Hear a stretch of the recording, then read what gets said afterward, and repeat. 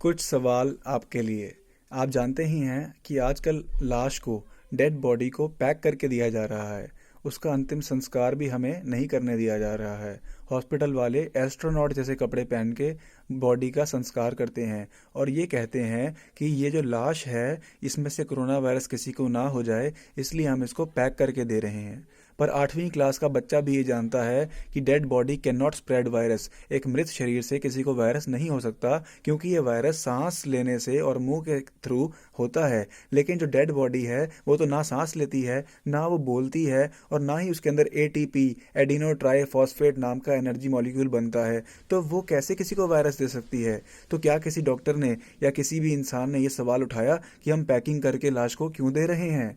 तो ये अभी तक सवाल नहीं उठाया, तो अब सवाल उठाना शुरू कीजिए। अब मैं आपको और भी लिस्ट देने वाला हूं सवालों की।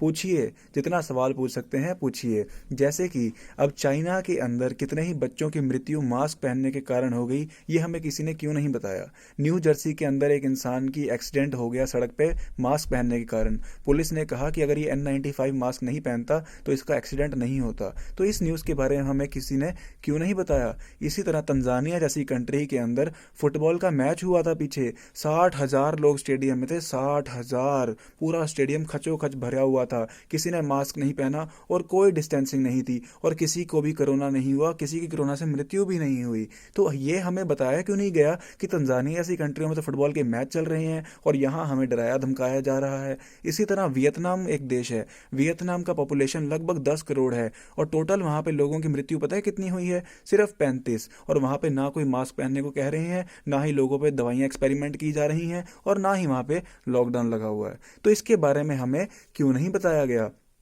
इसी तरह जो ICMR है, Indian council of medical research, इसने अपनी गाइडलाइंस में 10 मई की गाइडलाइन में ये पास किया था कि भाई किसी की भी मृत्यु होती है, अगर सांस लेने में तकलीफ होए या कार्डियक अरेस्ट आ जाए तो कोविड की ही डेथ डिक्लेयर करनी है। यानी कि समझने चालाकी समझिए, कोई अगर सड़क पे रोड के एक्सीडेंट से भी मर रहा है या छत से गिर के भी मर रहा है, उसका भी नाम कोविड की डेथ में डाला जा रहा है। क्यों? क्योंकि जब भी कोई मरेगा तो सांस लेने में तकलीफ ही तो ही आएगी, दिल की धड़कनें ही तो रुकेंगी। तो every death is equal to corona death. तो इस तरह से लोगों को दिखाया जा रहा है कि लोगों की मृत्यु बढ़ती ही जा रही है। अब मैं एक सवाल पूछता हूँ, वॉलमार्ट, कॉस्टको, ऐसे बड़े बड़े स्टोर खुले हुए हैं और यहाँ पे वायरस स्प्रेड नहीं होता, लेकिन छोटे बिजनेस और स्टोर जो हैं वो बंद कर दिए गए हैं ताकि वायरस स्प्रेड ना हो जाए। इसी तरह फेसबुक, यूट्यूब, गूगल हर उस ईमानदार डॉक्टर की वीडियो डिलीट कर रहा है जो सच्चाई को बता रहा है। और बड़े बड़े मेडिकल डॉक्टर्स, रिसर्चर्स और साइंटिस्ट और वेबसाइट्स क्यों डिलीट की जा रही हैं?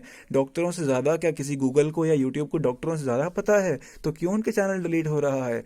और इसके अलावा वुहान के अंदर जब दिखाया गया था कि भाई लोग चलते चलते सड़क पर ही बेहोश हो रहे हैं, बेहोश सड़क पर ही मृत्यु हो रही है, क्या आपने किसी को भी देखा ऐसे चलते हुए सड़क पर ही वायरस से किसी की मृत्यु हो गई? हमने तो ज़्यादा से ज़्यादा यही देखा कि खांसी आई, थोड़ा सा तकलीफ हुई सांस लेने में हल्की सी, या फिर बुखार हुआ और वो भी अपने आप ठीक हो गया। हाँ, अगर किसी ने गलत दवाइयां खा ली जैसे कि रेमडेसिविर, फेबीफ्लू, एंटीबायोटिक, तो मृत्यु की चांस हो सकती है अगर वेंटिलेटर पर डाल दिया हॉस्पिटल चालाकी से। नहीं तो हमने तो किसी की मृत्यु होते नहीं देखी। खासकर हमारे 50,000 पेशेंट, नेटवर्क ऑफ इन्फ्लुएंजा के एक्सपर्ट के 50,000 पेशेंट थे, एक की भी मृत्यु नहीं हुई। किसी को भी साइड इफेक्ट वाली हमने गोली नहीं दी और किसी को भी पैसा extra medical expenses 8-8 lakh, 10-10 lakh, 20-20 lakh bed के नहीं खर्चने पड़े। और इसी तरह एक सवाल ये उठता है कि अगर ये वायरस इतना ही खतरनाक है दोस्तों, तो इस वायरस को पकड़ने के लिए टेस्ट क्यों कराना पड़ता है? अगर कोई खतरनाक वायरस होता तो टेस्ट कराने की तो जरूरत पड़नी ही नहीं चाहिए थी। और इसी तरह मैं बताना चाहता हूँ कि food and drug administration FDA ने भी अपनी गाइडलाइंस में लिखा है कि this virus has not been isolated, मतलब इसको प्यूरिफाई नहीं किया गया। कोई भी वायरस नया आता है तो उसका एविडेंस पेश करना पड़ता है जो कि पोस्टुलेट में से पास होकर निकलता है। तो इस वायरस को तो कभी आइसोलेट किया ही नहीं गया। तो हमें कैसे पता है कि ये नया वायरस आया है? ये तो वही खांसी, जुकाम, निमोनिया जो तो पहले भी होता था, हर साल होता था। लगभग 4 से 6 लाख लोगों की मृत्यु इन्फ्लुएंजा से हर साल होती थी, लेकिन हमें मीडिया रोज रोज दिखाती थोड़ी थी कि आज देखो खांसी जुकाम से इसकी मृत्यु हो गई। और हर साल लगभग 10-20 लाख लोगों की टीबी से मृत्यु हो जाती है। तो टीबी तो बहुत खतरनाक है, उसके बारे में भी हमें ऐसा कुछ दिखाया नहीं गया। इसी तरह अब बात करें असली, जो केस बढ़ रहे हैं, केस बढ़ रहे हैं, केस बढ़ रहे हैं, और जिसके नाम पर लॉकडाउन कराया जा रहा है, वो जो टेस्टिंग किट है जिससे हम कोरोना का टेस्ट करते हैं, उसकी आप लेवल चेक करिए। उसका लेवल ऐसा है कि एफडीए ने उसमें लिखा है कि this test is not approved and not cleared by FDA. इसी तरह जिसने उसका आविष्कार किया है टेस्ट का, कैरी मिलर्स, वो कहते हैं कि इस टेस्ट से कुछ भी पकड़ा जा सकता है। जितनी बार अगर साइकिल की फ्रीक्वेंसी बढ़ाओगे तो पॉजिटिव पॉजिटिव निकाल के नेगेटिव पॉजिटिव खेल के किसी को भी बेवकूफ़ बनाया जा सकता है। इसी तरह अगर हम बात करें बुल्गारियन पैथोलॉजी एसोसिएशन की, तो उन्होंने लिखा है PCR test results are scientifically meaningless, मतलब इनका कोई मतलब ही नहीं है, पॉजिटिव हो नेगेटिव हो, इससे ये नहीं पता लगता कि आपको बीमारी किसी वायरस से हुई है, किस कारण से हुई है। यही कारण है पोर्टुगल का जो कोर्ट है उसने कह दिया कि ये आरटीपीसीआर टेस्ट, कोरोना पकड़ने का टेस्ट जो है, ये इनवैलिड, इनएप्रोप्रिएट और अनलॉफुल है। तो इसके बारे में हमें बताया क्यों नहीं गया।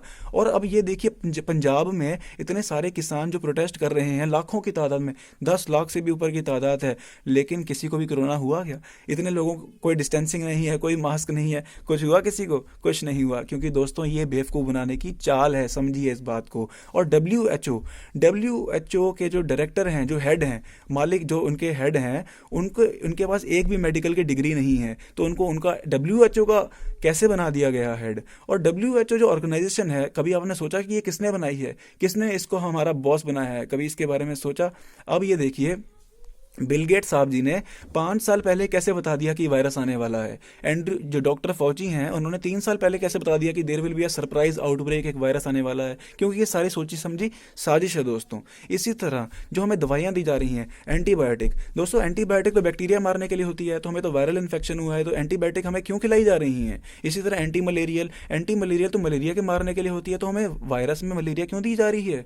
इसी तरह एंटी एचआईवी वायरस अलग होएगा, वैसे तो वो भी नहीं है, वो भी झूठी था, जिस तरह ये कोरोना झूठ फैलाया है। तो एचआईवी की गोलियां हमें कोरोना के वायरस में क्यों दी जा रही हैं? रेमडेसिविर, प्लाज्मा थेरेपी और ये उल्टी उल्टी थेरेपियां जिसके पीछे कोई साइंटिफिक एविडेंस नहीं है, बल्कि ये एविडेंस है डब्ल्यूएचओ की सॉलिडेरिटी रिपोर्ट 15 अक्टूबर के मुताबिक कि अगर रेमडेसिविर दी जाएगी तो 100 में से 12 बंदे भगवान को प्यारे जरूर हो जाएंगे। लेकिन सीडीसी की रिपोर्ट ये है कि 100 में से 99.7 बंदे कोरोना वायरस से बच सकते हैं। यानी कि अगर 100 बंदों को वायरस हो जाएगा तो 99 तो बच ही जाएंगे, लेकिन अगर दवाई खाएंगे तो सिर्फ 88 बचेंगे। ये है असली खेल दोस्तों। और लोग पूछते हैं कि मृत्यु क्यों हो रही है, जब उल्टी सीधी दवाइयां खाएंगे तो बचेगा कैसे कोई? इसी तरह अब असली जो ट्रीटमेंट है डाइट से, जो असली भगवान की बनाई हुई डाइट है, हल्दी, तुलसी, गिलोय, नीम और नारियल पानी, मौसमी का जूस, जो भी इसकी ट्रीटमेंट बता रहा है उसकी वीडियो डिलीट कर दी जा रही हैं। इतने सारे डॉक्टर जिन्होंने सही इलाज बताया उनकी वीडियो डिलीट कर दी गई। डेनमार्क जैसी कंट्री के अंदर प्रोटेस्ट हो रहा है, लाखों लोगों ने प्रोटेस्ट किया, उस प्रोटेस्ट के बारे में मीडिया ने हमें क्यों नहीं दिखाया? वहाँ पे वैक्सीन का मैंडेटरी लॉ पास हुआ था, लोगों ने 9 दिन सड़कों पर आके उस लॉ को हटवा दिया, हमें मीडिया ने नहीं दिखाया। क्यों नहीं दिखाया? और मास्क पहनने के कारण बैक्टीरियल न्यूमोनिया बढ़ता जा रहा है, इसके बारे में किसी को बताया क्यों नहीं जा रहा? जर्नल ऑफ ऑर्थोपेडिक ट्रांसलेशन 2018 की रिपोर्ट के मुताबिक जो डॉक्टर सर्जरी करते हुए मास्क लगाते हैं उनके यहाँ पे बैक्टीरिया बढ़ जाता है, यानी कि मास्क पहनने से बीमारी बढ़ती है। और सीडीसी की जून 10 की रिपोर्ट के मुताबिक अगर हम मास्क को लंबे टाइम तक पहन के रखेंगे तो हाइपर कैप्निया हो जाएगा। हाइपर कैप्निया क्या होता है दोस्तों? ऑक्सीजन की कमी और CO2 की टॉक्सिसिटी, जो एक जहरीला पदार्थ है, हमारी बॉडी का नर्वस सिस्टम, हमारा जो कार्डियक सिस्टम है, इसको वीक कर देता है, यानी सोचने क्षमता की शक्ति भी कम करता है, और ब्रेन के डिसऑर्डर्स भी आगे जाके हो सकते हैं। और मेरे ही कई दोस्तों को भी अस्थमा के सिम्टम्स भी आने लग गए थे, जब से उन्होंने मास्क पहनना छोड़ दिया है वो बिल्कुल ठीक हो गए, उनको कोई दिक्कत नहीं आ रही है। हमें ये क्यों नहीं बताया गया कि सूर्य की रोशनी में जाने से कितने ही कीटाणु मर जाते हैं, खुली हवा में कितने कीटाणु मर जाते हैं, हमें घर की बंद हवा में क्यों कैद किया गया? इसी तरह जो क्या कहते हैं अपना पोलियो की वैक्सीन है, पोलियो की वैक्सीन के कारण ही हर साल लगभग 50,000 नए पैरालिसिस के केस आते हैं, इसके बारे में हमें क्यों नहीं बताया गया दोस्तों? और जो वैक्सीन ये आने वाली ही है, इस वैक्सीन के अंदर फीटल बोवाइन सीरम, यानी कि प्रेग्नेंट गाय की हत्या करके उस गाय को, उसके गाय के अंदर का जो बच्चा अभी जन्म भी नहीं हुआ जिसका, उसको बाहर निकाल के उसके अंदर दिल में छेद करके उसका खून निकाल के इस वैक्सीन में डाली जाएगी, इसके बारे में हमें क्यों नहीं बताया गया? और इस वैक्सीन के अंदर इतनी भारी मात्रा में एल्यूमिनियम, मरकुरी, फॉर्मेल्डिहाइड, ग्लाइफोसेट, ये सारे कैंसर कॉजिंग एजेंट्स पड़ते हैं, इसके बारे में हमें क्यों नहीं बताया गया? दोस्तों अब जब डर जाओगे ना आप मीडिया की बातें सुन सुन के, तो आपका दिमाग जो है लॉजिकल काम करना बंद कर देता है। उसका रीजन ये है, when you are in fear, your neurocortex, जिसमें आपकी सोचने समझने की क्षमता होती है दिमाग में, वहां से ब्लड की सप्लाई आपकी एक्सट्रीमिटीज यानी कि आपके हाथों और पैरों में चली जाती है, ताकि आप अपने आप को फ्लाइट एंड फाइट मोड में बचा सकें। तो थोड़ा सा आप ध्यान साधना साधना कीजिए, भगवान का नाम जपिए। फालतू की जो डेंजरस न्यूज़ है, मेन स्ट्रीम मीडिया जितने भी Aaj Tak, Republic TV, India TV, Fox TV, BBC News, CNN, जो भी हैं ये कोई भगवान के भेजे हुए नहीं है। WHO, WTC, UN, UNO और FDA, CDC, ये कोई भगवान की बनाई ऑर्गेनाइजेशन नहीं है। आंख बंद करके किसी पे विश्वास आज की डेट में किया नहीं जा सकता। अपना रिसर्च आप कीजिए, समझदार बनिए, आने वाले समय के लिए अभी ही तैयार हो जाइए, क्योंकि अगर अभी नहीं तो कभी नहीं। So stay healthy, stay happy and stay strong. Thank you so much. I hope you will ask these questions to your friends, your family and the authorities. Thank you so much. Take care.